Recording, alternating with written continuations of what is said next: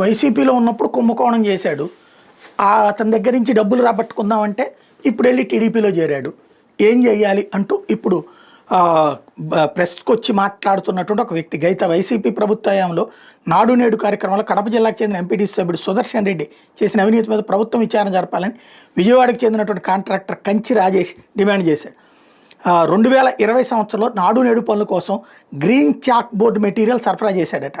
సుదర్శన్ రెడ్డితో ఈ మేరకు ఎంఓయూ కుదుర్చుకున్నాడట. ఈయన దీని నిమిత్తం పలు దఫాలుగా ₹1.5 కోటి చెల్లించారట. కానీ మెటీరియల్ సరఫరా చేయలేదట. దానికి బదులుగా నా డబ్బులు నాకు ఇచ్చేయమంటే ఇవ్వకపోగా బెదిరిస్తూ ఉన్నాడట. ఈలోపు గవర్నమెంట్ పడిపోయింది కాబట్టి ఈ ప్రభుత్వం అధికారంలోకి వచ్చిందంటే వెళ్ళి తెలుగుదేశం పార్టీలో చేరాడట. డబ్బుల గురించి అడిగితే బెదిరిస్తున్నాడట. ఎన్టీఆర్ జిల్లా పోలీస్ కమిషనర్ కార్యాలయంలో ఏడాది జనవరిలో ఫిర్యాదు చేశాను, ఇది సివిల్ ఫిర్యాదు అని చెప్పి వాళ్ళేం కేసు నమోదు చేయట్లేదు, నాకు న్యాయం చేయమని చెప్పి రాజేష్ అడుగుతున్నాడు.